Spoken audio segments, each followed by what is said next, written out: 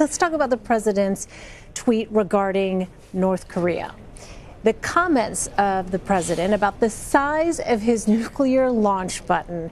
Molly, let me start with you. What do you expect that rhetoric to do internationally and here at home? Well, recently Congress had a hearing on whether they could stop President Trump from using that nuclear button and what they could do to slow it down if, in fact, it came to that point.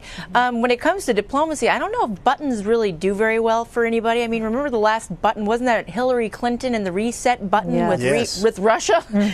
I don't know if there is a, quote, easy button when it comes to any of these things, but for some reason, it just seems that instead of calming things down and, forwarding this idea of perhaps a South Korea-North Korea conversation at the border, Donald Trump may have inflamed things, which is what he likes to do sometimes. But I don't think Congress necessarily responds very well when he does. Michael, what do you think? I mean, internationally, I would imagine there are some people who would not find this particularly helpful.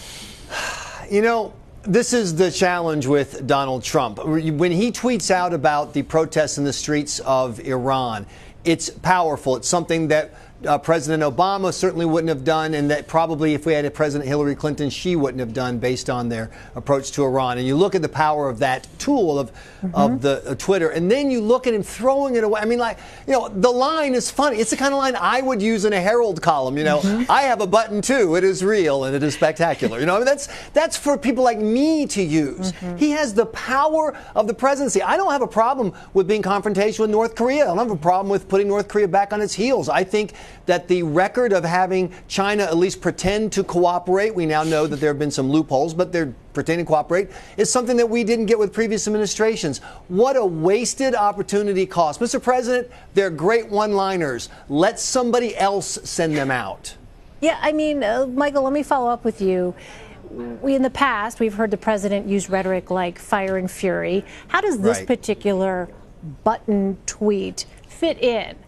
Because if you look at sort of what he's saying there's a brinksmanship aspect, obviously, to what he's saying. How does this fit in with his past rhetoric? Well, I will say that Trump fans love it because they take it purely as, entertainment.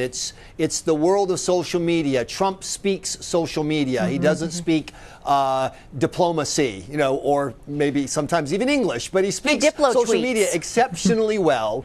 And so they just dismiss it, and they would find Trump fans would find this conversation kind of off the point. Like, come on, he's not going to do anything. He does have a button on his desk, by the way. He pushes it and they bring him a Diet Coke. And he does that apparently 12 times a day. I'm serious. That's the only button he has.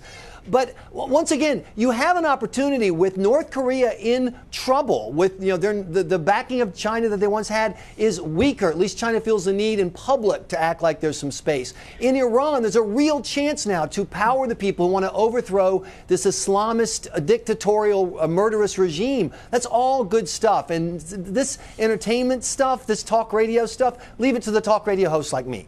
So, Molly, let me ask you. Oh, go ahead. You want to say something? What I was going to say was keep in mind in the past when he's actually made these comments, the fire and fury, and will respond. He's responding to an action that North Korea took, like launching, these ICBM tests or whatever ballistic missile tests. He was actually responding to a provocative action. In this case, here was Kim Jong Un. I mean, what's he going to do? I mean, Kim Jong Un. Excuse me, I get the Kim Jongs all confused. But he was just talking. I mean, and this is what North Korea, this is what they do. Their rhetoric, I mean, if you really sit down and review what some of the things that, North Korean president has said, he really, he uses very colorful language sometimes. That said, again, in the past where Republicans and some Democrats, would say, hey, I'm kind of glad that President Trump did speak out.